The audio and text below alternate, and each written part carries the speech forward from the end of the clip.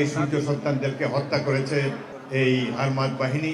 ৯ মাস মুক্তির লড়াই শেষে যখন বিজয় উদযাপনের অপেক্ষা, ঠিক তখনই জাতিকে মেধাশূন্য করতে ১৯৭১ সালের ১৪ই ডিসেম্বর পাকিস্তানি হানাদার বাহিনী হত্যা করে দেশের সূর্য সন্তানদের। প্রতি বছর গভীর শোক ও শ্রদ্ধায় স্মরণ করা হয় সেই বুদ্ধিজীবীদের।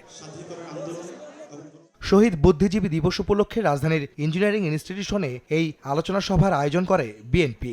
স্মৃতিচারণের মধ্য দিয়ে শহীদদের অবদান তুলে ধরে দেশ পরিচালনার প্রতি গুরুত্ব দেন আলোচকরা। গণতন্ত্র ও মুক্তিযুদ্ধের চেতনা বাস্তবায়নে নির্বাচনী রোডম্যাপ ঘোষণার দাবি জানান তারা। বলেন, নির্বাচন যত দেরি হবে ততই খারাপ সময় আসবে। গণতন্ত্র প্রতিষ্ঠার জন্য, যে ভোটাধিকার প্রতিষ্ঠার জন্য আমরা লড়াই করেছি, আমরা তার দ্বার প্রান্তে উপনীত হয়েছি।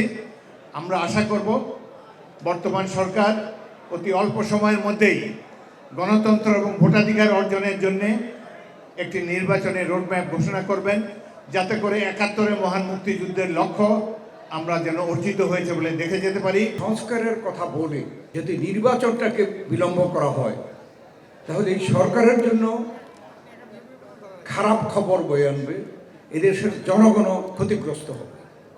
অতএব সংস্কার শুরু করে আমরাও সমর্থন করব, কিন্তু সর্বাধিক গুরুত্ব দিতে হবে নির্বাচনকে। নির্বাচনের রোডম্যাপ দেন।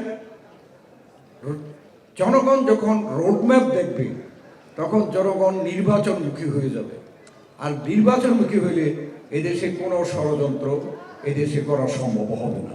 রাজনৈতিক দলগুলো অন্তর্বর্তী সরকারকে ব্যর্থ করার চেষ্টা করছে। তথ্য উপদেষ্টার এমন বক্তব্যের তীব্র প্রতিবাদ জানিয়ে তা প্রত্যাহারের দাবি জানান বিএনপি মহাসচিব মির্জা ফখরুল ইসলাম আলমগীর। রাজনৈতিক দলগুলোকে প্রতিপক্ষ না বানাতে আহ্বানও জানান তিনি। একজন উপদেষ্টা তিনি মন্তব্য করেছেন, তিনি যেন এই কথা বলেন যে রাজনৈতিক দলগুলো অন্তর্বর্তীকালীন সরকারকে ব্যর্থ করার জন্য কাজ করছে।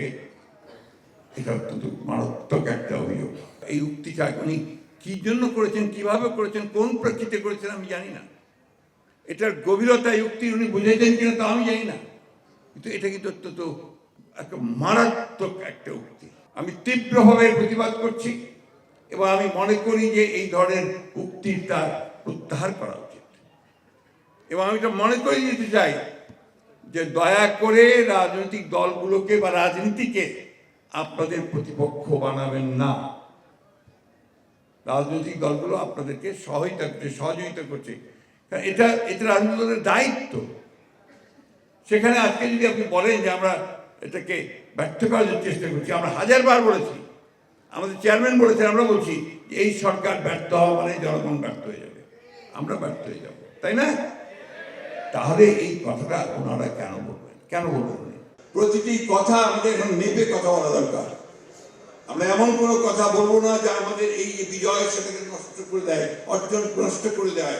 শেখ হাসিনা আবারও দেশে ফেরার জন্য ভারতে বসে সক্রিয় হচ্ছে দাবি করে এ বিষয়ে সবাইকে সতর্ক থাকতে বলেন মির্জা ফখরুল। আজকে ফ্যাসিস্ট হাসিনা পালিয়ে গিয়ে ভারতে আশ্রয় নিয়েছে। ভারতে আশ্রয় নিয়ে সে তার মতো কাজ করছে। সে লন্ডনে একটা মিটিংও করেছে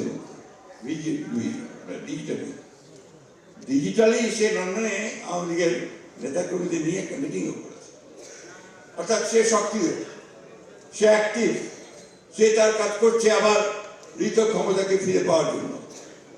তা আমাদেরকে তাহলে অ্যাক্টিভ হতে হবে, যাতে করে আমরা তাদেরকে প্রতিহত করতে পারি, তারা যেন ফিরে আসতে না পারে। গণতন্ত্র ও জনগণের ভোটাধিকার ফেরাতে আন্দোলন অব্যাহত রাখার ঘোষণা দেন বিএনপি মহাসচিব। যতক্ষণ পর্যন্ত গণতন্ত্রকে আমরা একটা আহমেদ সালেহীন, সময় সংবাদ, ঢাকা।